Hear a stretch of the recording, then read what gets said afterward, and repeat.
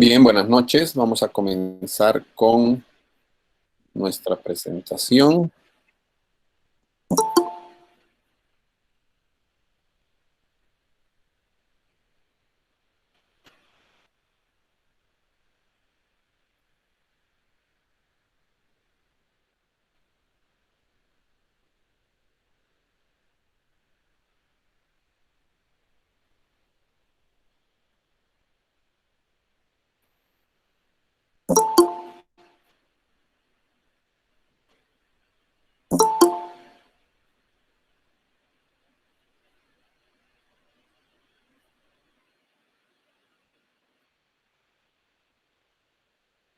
¿Se puede ver, no, la pantalla? Sí, Lice. Listo, muchas gracias. Ya, entonces, ahí habíamos quedado la clase anterior.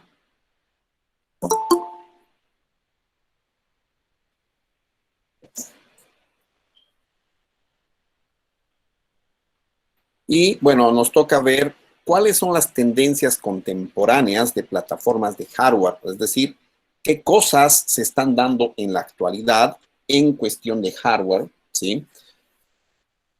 Si bien esto no es tan actual, en el momento con la crisis que estamos viviendo, ¿sí? Con la pandemia y con todo esto, ¿sí? Esta primera parte de la plataforma digital móvil emergente, ya todo el mundo está trabajando desde sus casas, ¿sí? Si bien esto no es de este año, o sea, bueno, la pandemia sí, pero esta tendencia, ¿no? Esta tendencia de plataforma digital móvil, no. ¿Por qué? Porque las empresas ya han empezado a contratar gente que esté viajando de un lugar a otro, que esté trabajando. Hay muchas empresas están empezando a atender 24/7, o sea, 24 horas del día, los 7 días de la semana. Y todo eso requiere de que tengan dispositivos móviles y muchas empresas ya están trabajando, ¿no? Eh, en general, muchas empresas, bueno, por ejemplo, la universidad, ¿sí? Hay muchos docentes que utilizan sus tablets, ¿sí? Para dar clases. Y teniendo tu tablet, puedes estar en tu casa, puedes estar de viaje, puedes estar en cualquier lado y desde cualquier lado puedes tomar la clase, puedes dar la clase, ¿no? Entonces, esto se ha potenciado y se ve en la actualidad, ¿sí? Cómo está surgiendo, ¿no? Entonces, muchos de ustedes también están utilizando celulares para asistir a clases, para hacer sus tareas, etcétera, algunos tablets, otros computadoras de escritorio, otras personas laptops, ¿sí? Pero las computadoras de escritorio serían lo que descartamos de toda esta plataforma digital móvil y las laptops, celulares, tablets, ¿sí? Todas estas son parte de la plataforma digital móvil que en la actualidad ya no es tan emergente, ¿no? Sino que ya la estamos usando, ya no está surgiendo, sino que ya ha surgido. ¿Se entiende esa primera parte? Sí, listo. Sí, listen. Ok, Sí, Lice. gracias. Otra de las cosas interesantes es el grid computing. ¿Se acuerdan del grid computing?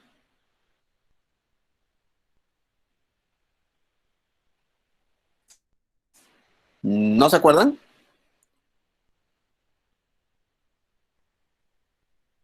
Hola.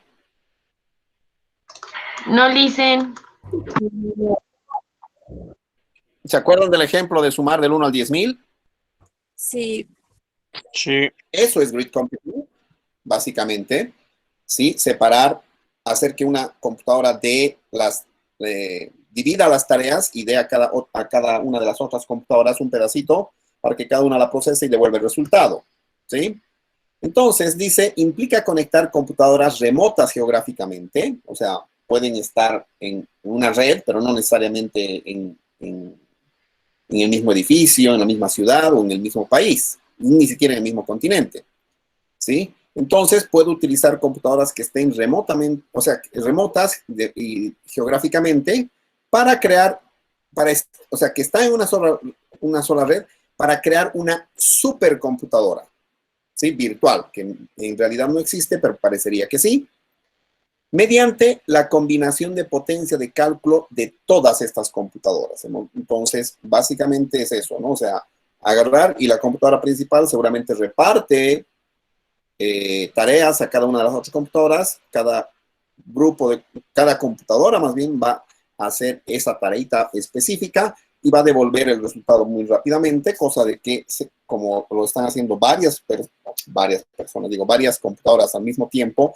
y además en paralelo, entonces se va a reducir el tiempo de manera significativa, ¿no? Entonces, eso es el grid computing. Otra cosa interesante es la parte de virtualización. ¿Saben qué significa virtualización? Virtual.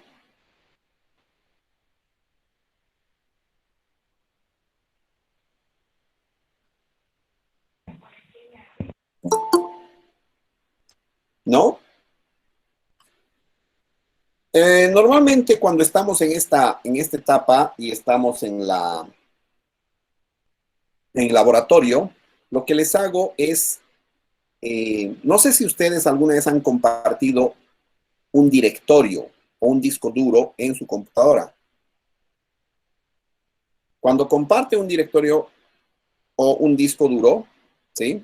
La otra computadora que quiere conectarse va a ver ese disco duro o ese directorio y lo va a poder utilizar, ya sea para leer o para leer y escribir también, ¿sí?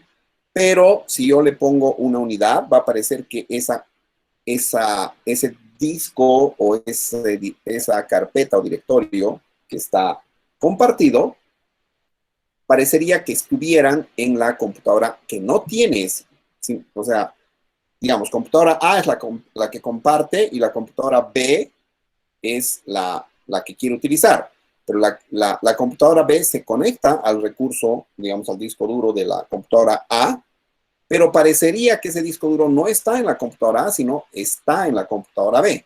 Pero es solamente, es un proceso de presentar un conjunto de recursos informáticos. Pueden ser discos duros, carpetas, archivos, potencia de cálculo, almacenamiento, no sé, dispositivos de impresión, impresoras, ¿sí? Que básicamente están conectadas en otro lado, ¿sí? Que parecerían que están conectadas en nuestra computadora y nosotros podemos utilizarla como si estuvieran, ¿sí?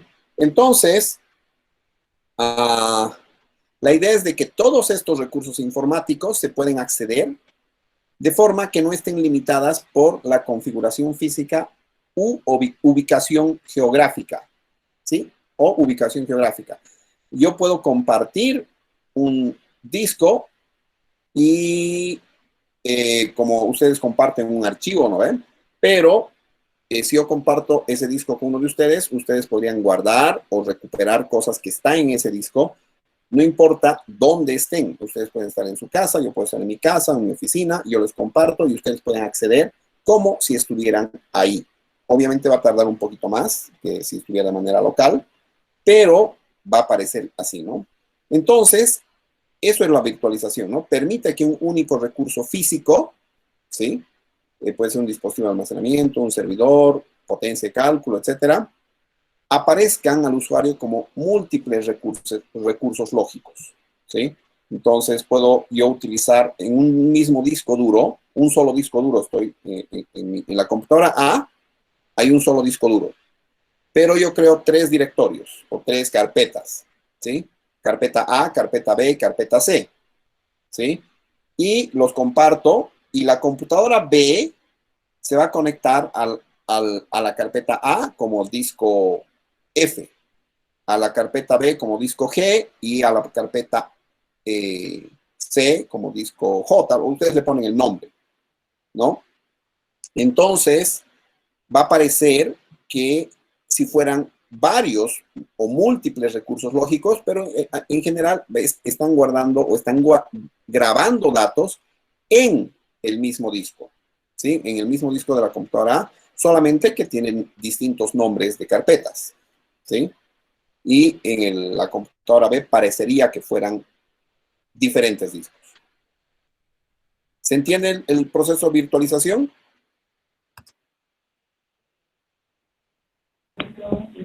Sí, licenciado.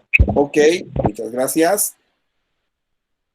Después, el cloud computing, que ya hemos visto un poquito el desarrollo, ¿sí? Básicamente, el cloud computing hace de que podamos utilizar cualquier dispositivo desde cualquier parte del mundo para conectarnos a nuestros servidores, trabajar con nuestros datos, ¿sí? Y no importa cómo nos conectemos, si utilizamos Wi-Fi, si utilizamos cable de cobre, si utilizamos fibra óptica, si utilizamos microondas, si utilizamos Bluetooth, si utilizamos Wi-Fi o lo que quieran, ¿sí? Básicamente, es más, una computadora seguramente se va a conectar a otra pasando por varios de estas formas de conexión, ¿no? Entonces, por un lado pasará por fibra óptica, en otro lado pasará por cable de cobre, en otro lado pasará por Wi-Fi y al final es una combinación. Pero la idea es de que se puede trabajar en la empresa desde cualquier parte del mundo utilizando los datos de la empresa, ¿no? Entonces pueden hacer una presentación y tal vez se les olvidó algo en Cochabamba, pues no necesitan venir hasta Cochabamba, sino entrar desde sus computadoras a la computadora de Cochabamba donde está la información que necesitan y recuperarla desde ahí, si tienen todos los permisos, ¿no? Entonces, es básicamente lo que es cloud computing. Luego tenemos el green computing. ¿Alguien ha escuchado del green computing? ¿Qué es green computing?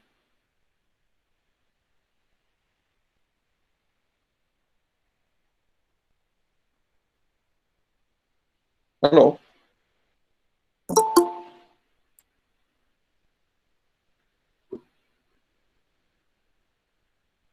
Hola. No le dicen. No le hice. No, licenciado. ¿No saben qué es green? Verde. Muy bien, verde. ¿A qué le suena que un green computing? Es una página verde, si no me equivoco, licenciado. No, Páginas no. verdes. No.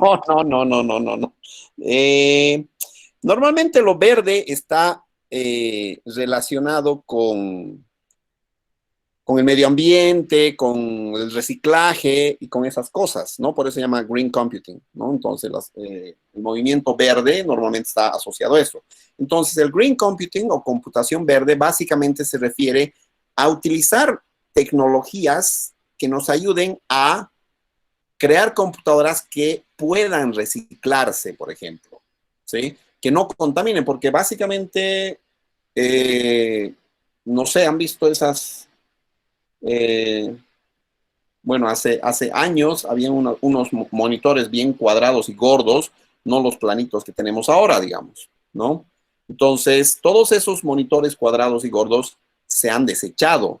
¿Dónde van esas cosas? Pues a la basura, ¿ya? Y no hay una forma de destruirlos, ¿no? Son plásticos y saben que el plástico tarda varios miles de años en biodegradarse, si quieren, ¿no? Entonces, la idea es de Green Computing precisamente eso, ¿no? Utilizar prácticas y tecnología para diseñar, fabricar, usar y desechar computadoras, servidores, dispositivos asociados como monitores, impresoras, dispositivos de almacenamiento, discos duros, ¿sí? Dispositivos de redes también y de sistemas de comunicación para que no afecten de manera negativa al medio ambiente, ¿sí? Para no estar contaminando tanto. Entonces, esa es otra de las tendencias contemporáneas. ¿Pueden leer esta de acá?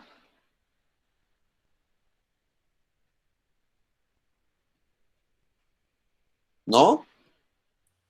Sí, dice, se lee. Pues, ¿qué leen, por favor?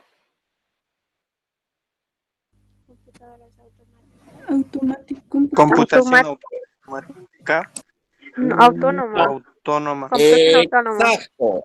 Solamente quería que lean eso porque no sé por qué empiezan a leer cosas raras y normalmente siempre me sale esta confusión. ¿sí?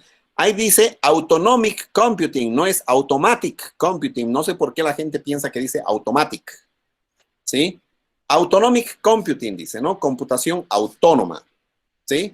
Entonces se refiere a hacer computadoras inteligentes que se reparen, se den mantenimiento a sí mismas, y bueno, se prendan, se apaguen o incluso se autodestruyan si es que fuera el caso, ¿no?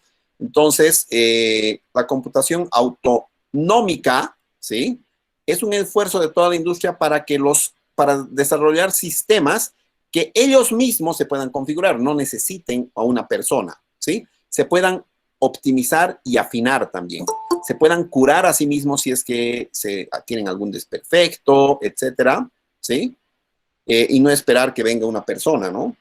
Protegerse de intrusos, o sea, bloquearse automáticamente, o incluso autodestruirse, lo que les decía, ¿no? Entonces, en general es hacer que las computadoras se comporten de la manera más autónoma posible, quitando la mayoría del trabajo tedioso, repetitivo, de estarlas configurando, no sé, limpiando virus, etcétera, etcétera, ¿no? Entonces, a eso se refiere la computación autonómica, ¿ya?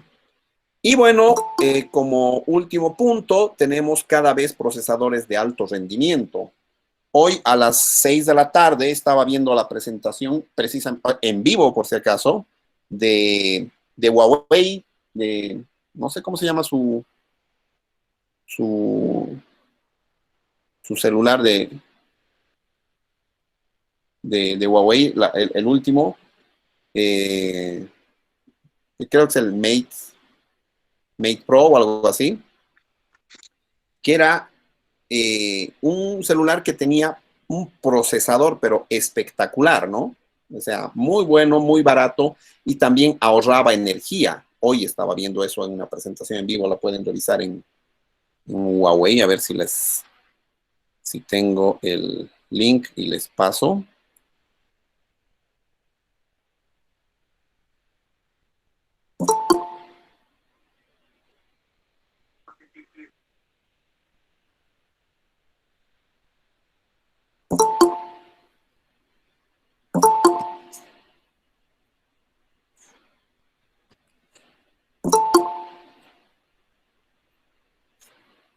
A ver, un segundito.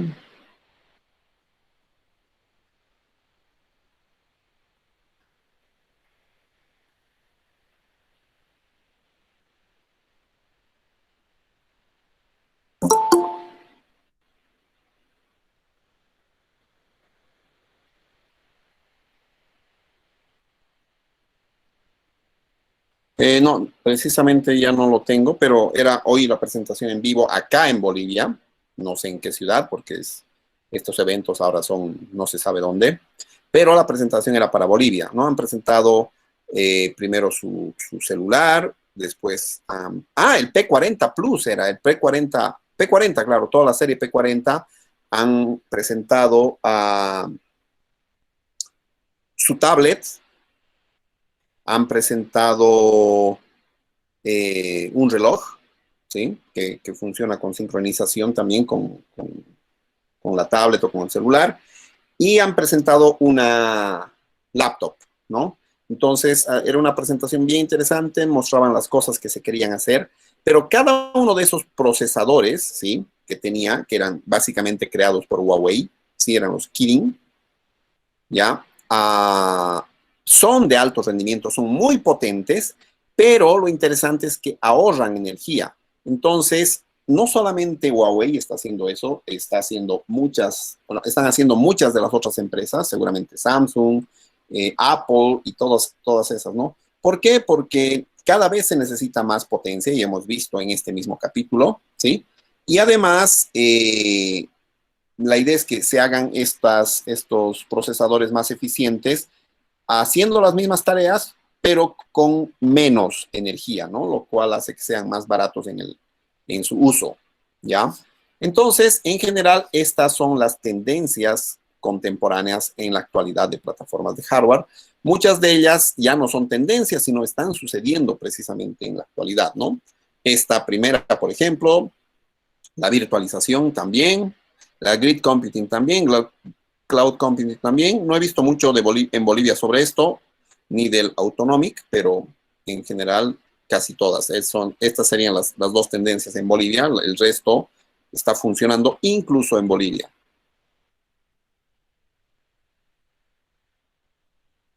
Ya. Ahora veremos lo que se está haciendo en lo que es software. Ya. En general, las tendencias de software es de que las empresas están utilizando sistemas operativos Linux como servidores, muchas de las empresas, ¿sí? La misma San Simón tiene servidores Linux, ¿ya? Y software de código abierto, o sea, ¿qué quiere decir? Software que nosotros podemos modificar, si sabemos programar, obviamente, el funcionamiento de ese software para que haga alguna otra cosa, para modificar el comportamiento de ese programa, ¿sí? Es código abierto porque podemos modificar su programación, ¿sí? Está libre, no es como el Office de Windows o como el Windows, que no se puede modificar la programación, ¿sí? Que el Windows, Microsoft nos dice esto es así, lo tienen que trabajar de esa manera. Entonces, muchas empresas están trabajando con Linux y todo lo que es software de código abierto. Entonces, hay mucho software que no se cobra, ¿sí? Y es bastante potente. Uno de los softwares que no se cobra es, por ejemplo, el WordPress. Justo es una de las tareas que ustedes me están haciendo día a día, ¿sí? Por ejemplo, el WordPress es totalmente gratuito, o sea, si bien ustedes han creado su página de WordPress en el sitio de WordPress, hay gente que puede descargar el WordPress e instalarlo en su propio servidor, ¿sí? Y hacer más cosas, ¿no? O sea, personalizar de una manera mucho más exquisita, si quieren, ¿ya? Entonces, ese es un software. Existen, por ejemplo, software de CRM, ¿sí? Como el vTiger, ¿sí? Que es de código abierto también, que ustedes también lo pueden descargar e instalar, o incluso contratar los servicios en vTiger también, ¿no? Que es un CRM, un Customer Relationship Management. Y bueno, hay mucho software de código abierto. La idea del código abierto es de que ustedes puedan modificar, o si no, bueno, no necesariamente ustedes, pero alguien que sepa programar pueda modificar, ¿sí? Porque tiene el código a disposición para añadirle, quitarle o modificarle funcionalidades. Ya, otra cosa a la que están tendiendo es el Java y el Ajax. El Java, ¿alguien ha escuchado del Java?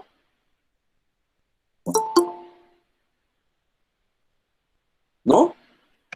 ¿Es un lenguaje de programación, dice? Sí, correcto, es un lenguaje de programación. Bueno, tiene una característica especial, se llama lenguaje de programación orientado a objetos, ¿sí? Y es bastante popular. En general, sus Windows a veces les pide instalar Java y todos los servicios Java y todo eso de la Sun Microsystems es este Java. Y lo interesante del Java es de que si ustedes programan en Java y lo pueden hacer funcionar en Windows, en Mac o en otro sistema operativo que también pueden utilizar, o sea, que también utilice Java, ¿sí? No tienen que cambiar la programación. Esa es una cosa bien interesante. Y otra cosa interesante del Java es de que la mayoría de las aplicaciones, por ejemplo, que ustedes están trabajando o están utilizando en sus celulares, la mayoría están hechas en Java, ¿sí? Entonces es un lenguaje que sirve y que mucha gente utiliza, ¿no? Y el Ajax es una tecnología web. Veremos si encontramos...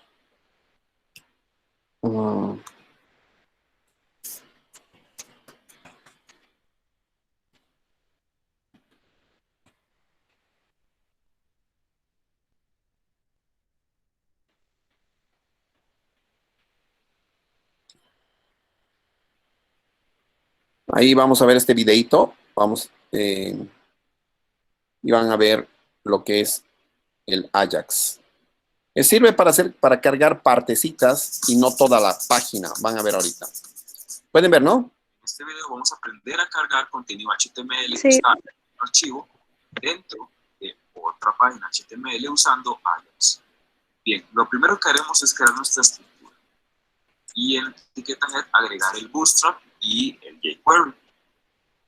Una vez hecho esto, vámonos al body. Dentro del body crearemos un divider general con la clase container. Después, dentro de este divider, vamos a agregar otro divider. A este le vamos a agregar otra vez la clase container, pero también le agregaremos un ID para identificarlo, que le pondremos por nombre contenido. Bien. Debajo de este divider agregaremos un botón. Este botón se encargará de ejecutar la acción de cargar y lo va a hacer la carga de este contenido HTML dentro del divider que se llama content. Ok, le vamos a agregar aquí el type y un ID. Cargar. Hecho esto, ahora sí, vamos a trabajar el JavaScript. Colocamos el script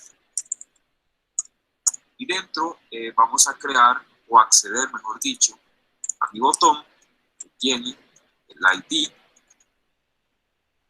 de carga. ¿Qué voy a hacer? Punto. Cuando le dé clic,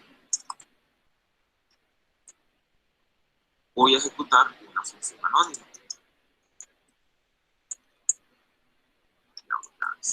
Tengan mucho cuidado a la hora de escribir para que no les falte ninguna de estas estructuras. Damos Enter. Y dentro lo que vamos a crear primero es una variable que le pondremos por nombre esperar y colocaremos 2000.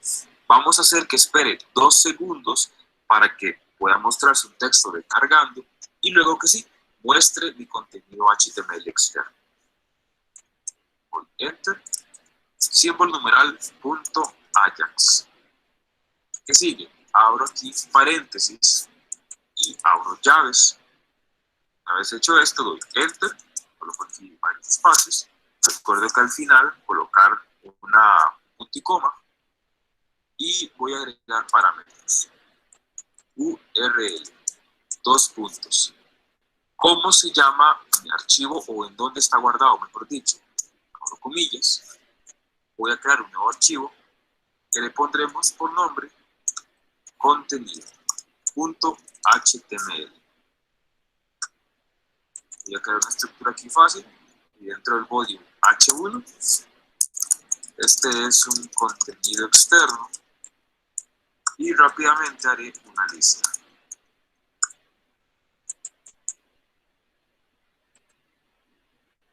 URL,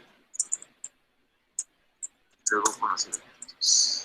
Elemento 1, copio y agrego los siguientes. Lo guardo y listo. Se llama contenido HTML. Como está en el mismo directorio, no debo escribir algún URL más extenso. Contenido.html. Ok. Coma. Voy a hacer que for send, cuando se esté ejecutando esta instrucción, los puntos. ¿Qué voy a hacer? Ejecutar una función anónima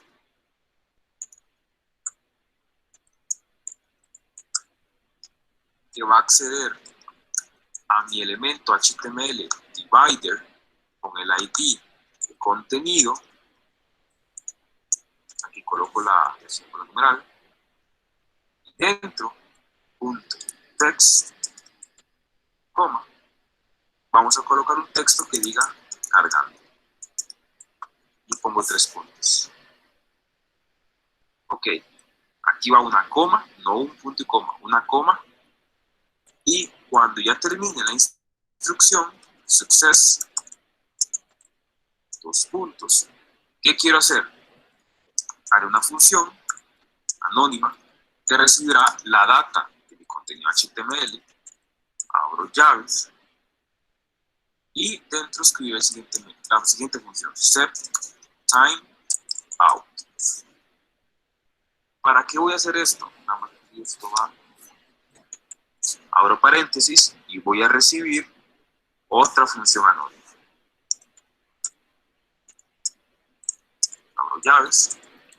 Lo que quiero es que espere 3 segundos y luego me cargue dicho contenido.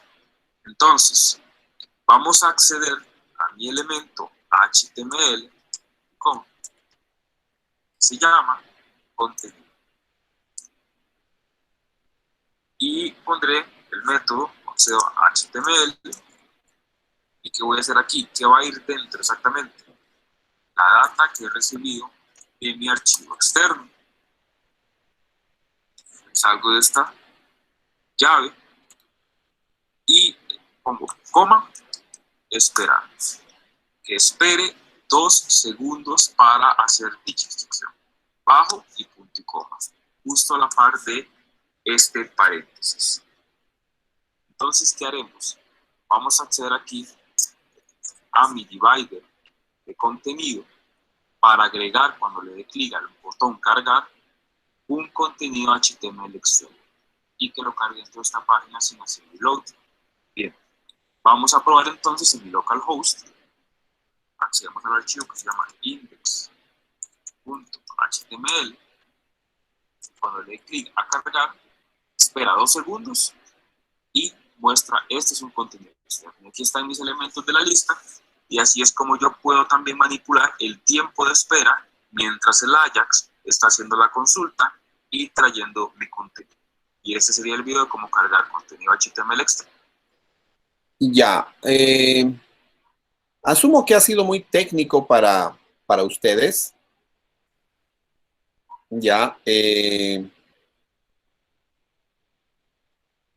Pero, a ver, les explico cómo funciona esto. Dentro de otra página.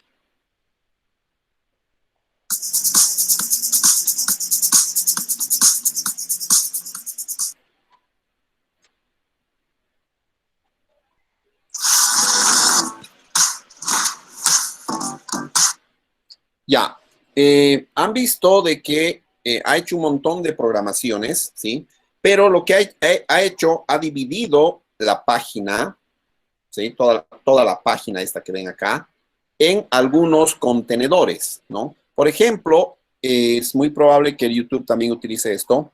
Esta parte de acá, donde se presenta el video, es un contenedor, ¿sí? Esta parte de acá, donde se presenta, no sé, la descripción del video, es otro contenedor. Y esta parte de acá, donde se ponen los comentarios, es otro contenedor. Y esta parte de acá, donde se presentan los videos relacionados, ¿sí? Es otro contenedor, ¿ya? La idea es ¿cuál? Cuando yo ingreso a esta página web, normalmente se me carga todo, ¿sí? Y si yo hago otra vez clic en otra página, esa página se me va a cargar toda completamente. Pero el problema es de que si estamos en YouTube o en nuestra propia página, no es muy interesante volver a cargar, por ejemplo, YouTube, buscar y todo esto que va a ser igualito para la siguiente página, ¿no? No sé, aquí podemos ver, estamos viendo este video, pero yo le puedo poner clic al siguiente y se me carga esto, ¿no? En general, la idea es de que no se me mueva esta parte, no se tarde en cargar todo esto, ¿ya? Se ahorra muy poco, pero si también utilizo el Ajax, va a ser de que tal vez esta parte o las partes de abajo se mantengan, ¿no?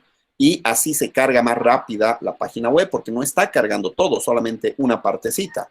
Entonces ya no tengo que repetir las mismas páginas, o perdón, la misma carga de los mismos datos, de los mismos gráficos, de los mismos menús, de los mismos títulos o de los mismos botones, ¿sí? Como en este caso esto de acá que es igualito para todos los videos de YouTube, ¿sí? Entonces solamente cargo esto, esto y lo de abajo, ¿no? Entonces, por eso es los contenedores. Básicamente se especifica un contenedor, ¿sí? Y solamente donde haga clic, en el contenedor que haga clic, solamente ese pedazo de contenedor es el que va a cambiar. ¿Ya? ¿Se entiende eso? Sí, lo hice. Ok. Muchas gracias. Entonces, ese es el Ajax. Luego, otra cosa, otra tendencia que tiene bastante fuerza es la parte de servicios web. Y obviamente arquitectura orientada a servicios. Básicamente se utiliza tecnología XML. Bueno, no sé si han escuchado el HTML, es el lenguaje que se utiliza para hacer páginas web, que es Hypertext Markup Language. El XML es una extensión de este precisamente, y esta X viene de extension, ¿no? De Markup Language, ¿sí? Y este es Software Oriented Architecture, es arquitectura orientada a servicios. En general, la idea es de que el software ya se trabaje directamente en un navegador. Ya no necesitemos instalar software, ¿sí? Como Office o alguna otra cosa, y todo se trabaje por un navegador. Eso hemos visto funcionando cuando hemos trabajado con el Google Docs, ¿no? O sea, estamos utilizando un software para crear nuestro texto y todo eso, pero no tenemos instalado el Google Docs en nuestro equipo. Lo único que hemos hecho ha sido entrar a un navegador y acceder a través de ese navegador al Google Docs, al Google Sheets, al Google Presentaciones, ¿sí? Entonces, esa es la idea, ¿no? Y en general muchas empresas ya están haciendo esto, ¿sí? Y algunas lo hacen gratuita y otras también tienen su parte de pago, ¿ya? Y la última tendencia es el outsourcing del software, ¿ya? Y los servicios en la nube. En general, las empresas no crean su propio software, a no ser que sean empresas realmente gigantescas y tengan todo un equipo de software para la empresa, ¿sí? En general, las empresas como, no sé, las empresas en Cochabamba seguramente compran software o solicitan o hacen licitaciones para que otras empresas les hagan el software, ¿no? Entonces, así las empresas solamente se dedican a lo que sí saben hacer, vender alguna cosa, y los que se dedican al software, pues les hacen los servicios, ¿sí?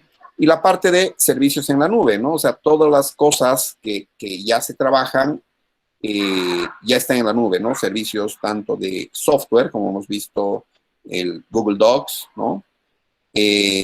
Podemos utilizar el Gmail desde nuestro navegador. También podemos utilizar muchos otros servicios como Dropbox, el Drive, el Mega, y hay un montón de otros servicios en la nube, ¿no? Y además, muchos de los paquetes de software y aplicaciones ya no las van y compran como antes se compraban en CDs o cosas de ese estilo. Básicamente todo ahora es descargable, ¿sí? Si quieren instalar SPSS, pues agarran, se compran la licencia y lo empiezan a descargar desde el servidor original de SPSS, ¿no? O si quieren instalarse Office de Microsoft, es lo mismo. O sea, pagan y se lo pueden descargar y lo tienen hecho en menos tiempo que el que les tomaría ir hasta un lugar donde vendan el disco o el DVD de ese software y vuelvan a su casa, instalen y todo eso. Les toma muchísimo menos tiempo, ¿ya? Y además se aseguran de que no es pirata, de que tiene todas las garantías de seguridad y no está bajándose con virus, por ejemplo, ¿no? Entonces, a eso se está tendiendo en la actualidad. ¿Consultas hasta acá?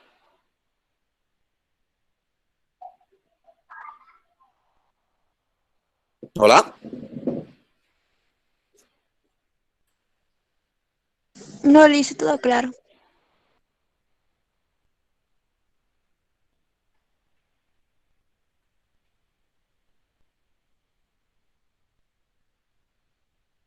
Ya, muchas gracias. Entonces, vamos a ver la última diapositiva de nuestro tema. Ya, básicamente temas de gestión. ¿Cómo yo gestiono, cómo ustedes deberían gestionar la infraestructura de tecnologías de información y comunicación que tengan en su empresa? Tienen que asegurarse de algunas cosas estándares. Obviamente ustedes no van a programar, no pretendemos programar en este curso ni en ningún curso, asumo, de la carrera, ¿sí? Entonces, la idea es de que ustedes dirijan el proyecto, sobre todo si es un proyecto financiero, ¿no? Entonces, tanto qué hardware, qué software van a utilizar, o si desarrollan software, también cómo quieren que funcione ese software. Entonces, en estos temas de infraestructura, tienen que asegurarse primero, ver cómo van a hacer el cambio de plataforma, si es que se hace un cambio de plataforma, ¿no? Tal vez de Windows se vayan a un sistema operativo Unix, Linux o alguna de esas cosas, ¿no? ¿Qué infraestructura van a tener? ¿Sí? Van a tener mini computadoras, supercomputadoras, microcomputadoras, ¿no? Eso, no importa cuál tengan, ¿sí? La idea es de que tengamos escalabilidad, que no nos suceda lo del ejemplo de BART, ¿sí? Que tengan que pagar $5 millones por el nuevo empleado para darle conexión a su computadora, ¿no? La idea es de que si contratan más y están creciendo,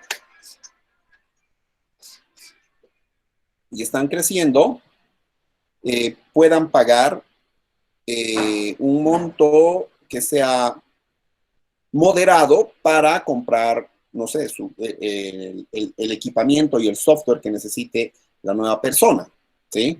En general serán pues unos, no sé, un equipo nuevo para una empresa debe valer entre como $500, ¿sí? Completo, digamos, ¿no? O sea, que tenga las características para trabajar, que no tenga tarjeta gráfica ni un procesador de última tecnología, sino que les sirva para utilizar Word, Excel, ¿no? Y seguramente las aplicaciones de la empresa. Pero la idea es escalabilidad, ir creciendo, ¿sí? Pero también las inversiones que vayan creciendo de acuerdo a cómo se está creciendo y no se tenga que hacer una inversión tan fuerte de $5 millones y esperar a que se crezca de aquí a 5 años recién y para utilizarla, ¿no? Entonces, a eso se refiere escalabilidad, que pueda crecer de acuerdo a cómo es, que la inversión pueda crecer de acuerdo también a cómo está creciendo la empresa en cantidad de empleados, por ejemplo. También hay que ver la parte de administración y gobernancia de los datos, ¿sí? ¿Quién va a administrar los datos? Normalmente debería haber un área de sistemas o de informática que se dedique a manejar los servidores. Sí, puede ser una persona, 2 personas, o puede ser todo un equipo, no sé, de 40 personas o más, si quieren, ¿no? Dependiendo del tamaño de la empresa. Pero en este equipo de sistemas, tiene que haber una persona responsable de asignar tareas, ¿sí? Por ejemplo, entra un cajero, ¿qué cosas puede hacer el cajero en el sistema? Si entra un oficial de tarjetas de crédito, ¿qué cosas puede hacer el oficial de tarjetas de crédito en el sistema? Por ejemplo, él puede aprobar de dar una tarjeta de crédito a una persona. El cajero no puede hacer eso, ni siquiera debe tener eso. Entonces, el sistema tiene todas esas opciones y alguien debe agarrar y asignar los roles necesarios y las funciones que necesitan esos roles en el sistema para que las personas puedan trabajar de manera adecuada, ¿sí? Y según el puesto en el que están, ¿sí? Y la parte, bueno, de gobernancia de datos, la idea es de que también exista una política, ¿sí? de quién puede acceder a qué datos, ¿sí? Quién puede modificar datos, ¿no? Entonces, como me equivoco, soy cajero del ICE Norte, me he equivocado en un producto y he puesto otro, entonces no puedo cobrarle por eso al cliente. Entonces viene mi supervisor, pone una clavecita, me da permiso para deshacer ese cambio que había hecho y otra vez puedo hacer. Entonces, normalmente a esto se refiere la gobernanza. ¿Quién puede autorizar la modificación? ¿Quién puede modificar? ¿Quién puede crear cosas? Etcétera, etcétera, ¿no? Y obviamente otra cosa importante es ver qué vamos a comprar. No importa qué tan grande sea la empresa, qué tanta plata tengamos, lo que necesitamos es una infraestructura de tecnología de información adecuada para lo que necesitamos, ¿sí? No me voy a comprar una supercomputadora, ¿sí? Con la mejor tarjeta de video, el mejor procesador y, no sé, la mejor pantalla, ¿sí? Si lo que necesito es darle esa computadora a un cajero. ¿Por qué? Porque el cajero no le va a sacar el jugo, no va a utilizar la tarjeta gráfica, no va a utilizar tanto disco duro, no va a utilizar muchas cosas y se va a desperdiciar. Entonces, eso va a ser una inversión muerta, si quieren, si es que hacen eso. Entonces, sí hay que hacer sabias inversiones, ¿no? Hay que utilizar y comprar lo que sea necesario y si no es necesario una tarjeta gráfica gigantesca, pues no es necesario y no se la compra porque no la van a utilizar. Ya. Veremos un poquito que las inversiones en infraestructura o el costo, si quieren, de los activos tecnológicos no es solamente el software o el hardware, ¿sí? Hay varias otras cosas que vamos a ver en esta tablita, ¿sí? Primero, obviamente, sí es hardware y sí es software, pero no son los únicos, ¿sí?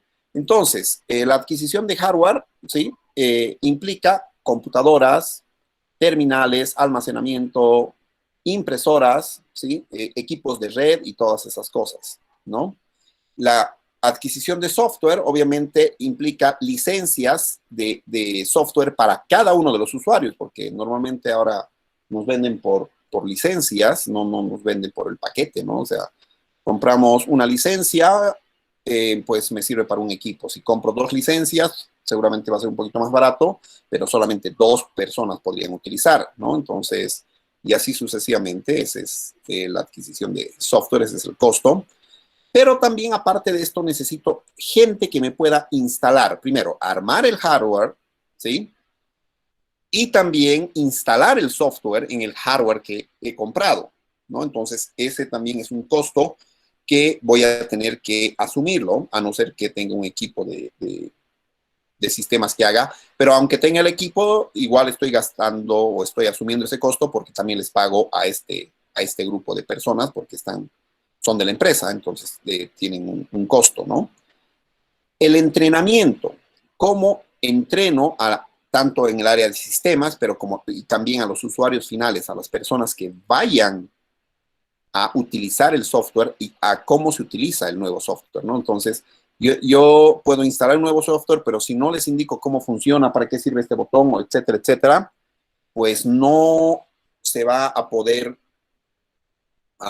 trabajar muy rápidamente. Necesito capacitar a las personas y eso también tiene un costo. La parte de soporte, ¿no? Tener soporte técnico, no sé, partes de, o sea, escritorios de ayuda se llaman algunos, ¿sí? Donde pueda preguntar cómo se hace esto, etcétera, ¿no? Entonces también necesito alguien que me mantenga esa parte de soporte. La parte de mantenimiento, actualizar tanto hardware, software, hacer limpieza de los equipos, etcétera. La parte de infraestructura, o sea, no puedo tener mi hardware a la intemperie, no puedo tener en el patio, ¿no?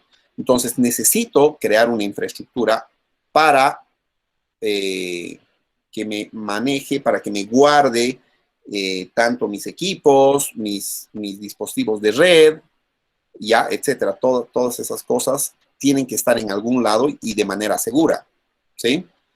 Otra cosa que me que me cuesta es el downtime. No sé cómo está traducido en el libro en español, pero significa, es cuando no se está utilizando el sistema, ¿sí? Como cuando ustedes van a, no sé, a algún banco y les dicen, no hay sistema, entonces el banco en ese momento está dejando de percibir tal vez los depósitos que la gente que está en ese momento quisiera hacerlos. Entonces, si no hay sistema, no les pueden atender a las personas y eso también es un costo, ¿no? Porque es un costo de productividad si falla tanto el software como el hardware, ¿no? Porque no se puede atender a los clientes. Y obviamente el espacio y la energía que se necesita, ¿no? La parte de implementar, digamos, lugares, ¿sí? Adecuar lugares para poner los equipos. Y además, también tenemos el costo de la energía, porque una vez que compremos el hardware y el software, para hacer funcionar, obviamente necesita energía eléctrica y vamos a tener que pagar por ella. Entonces, todos esos costos son los costos totales de propiedad de estos componentes tecnológicos. ¿Se entiende? Sí, Lice, todo claro. Sí, Lice. Y otra cosa, y la última cosa en temas de gestión, ¿sí? Es de que tienen que revisar, utilizar las herramientas que hemos visto de las fuerzas competitivas y de la cadena de valor para ver cómo van a trabajar en su inversión de infraestructura de tecnología de información, ¿sí? Básicamente ver qué está utilizando la competencia y todo eso.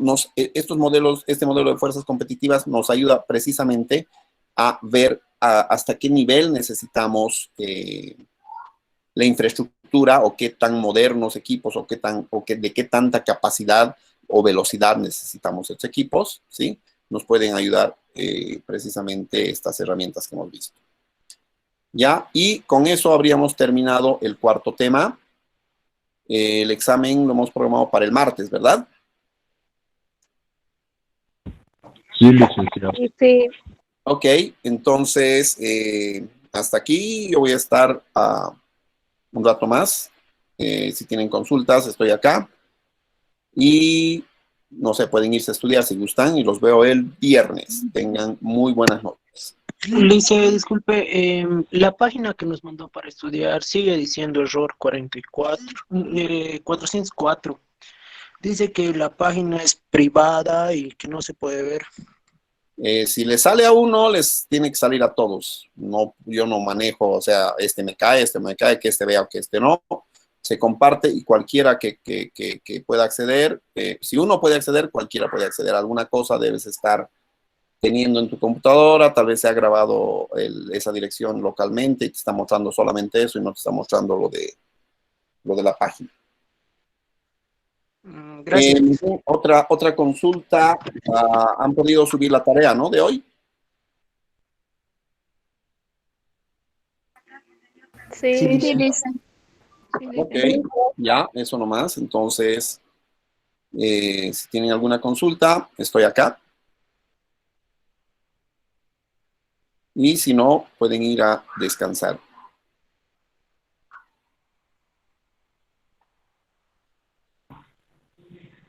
Hasta el día viernes, licenciado. Hasta el viernes. Chao, chao. Buenas noches. Buenas noches, Lice.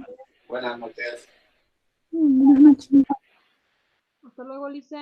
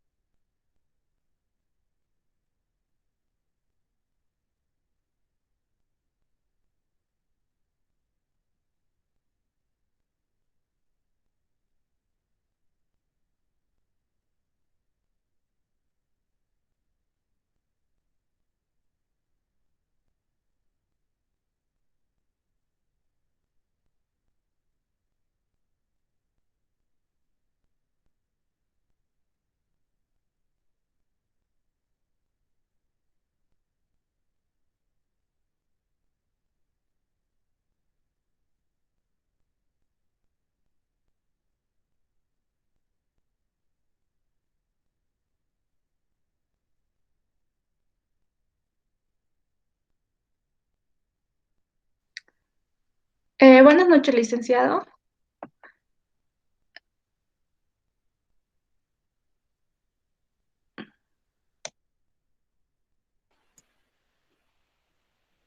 Hola, buenas noches, dime.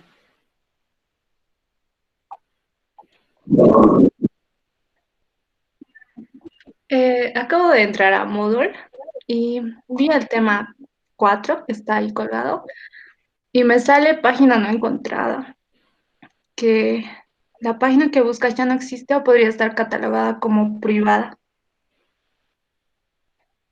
Eh, Dice, ¿por qué Ya. pasa eso? Pues la verdad no sé. Ah, Tal vez está leyendo otra cosa porque ayer ya he corregido y uno de los chicos. Pero ahorita mismo voy a copiar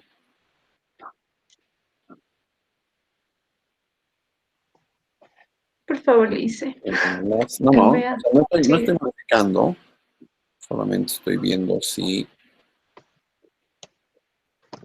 se puede leer mejor.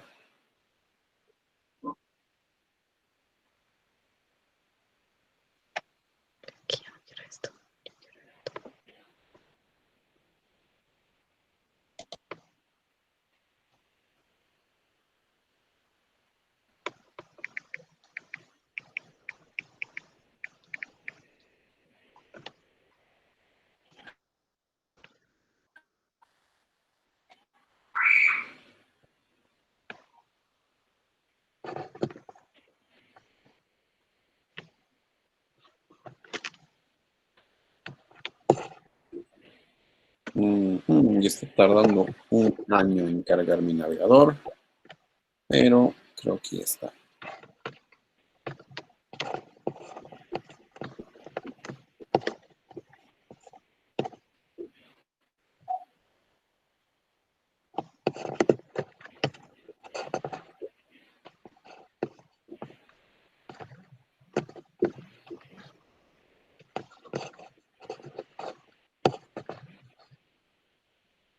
Bueno, PDF, pero yo quiero ver siempre.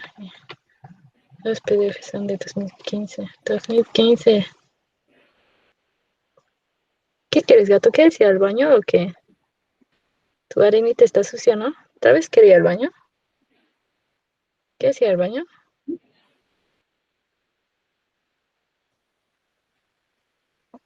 ¿Qué quieres, gato?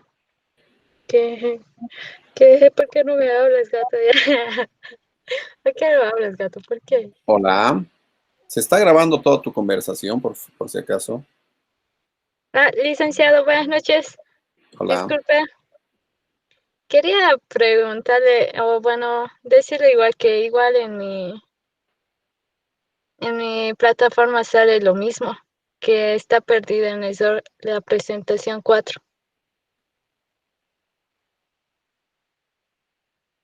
Ya lo voy a revisar.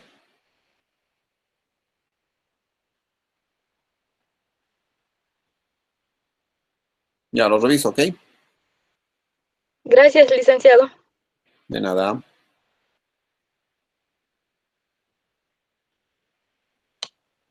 Está bien, dice, gracias y buenas noches. Buenas noches.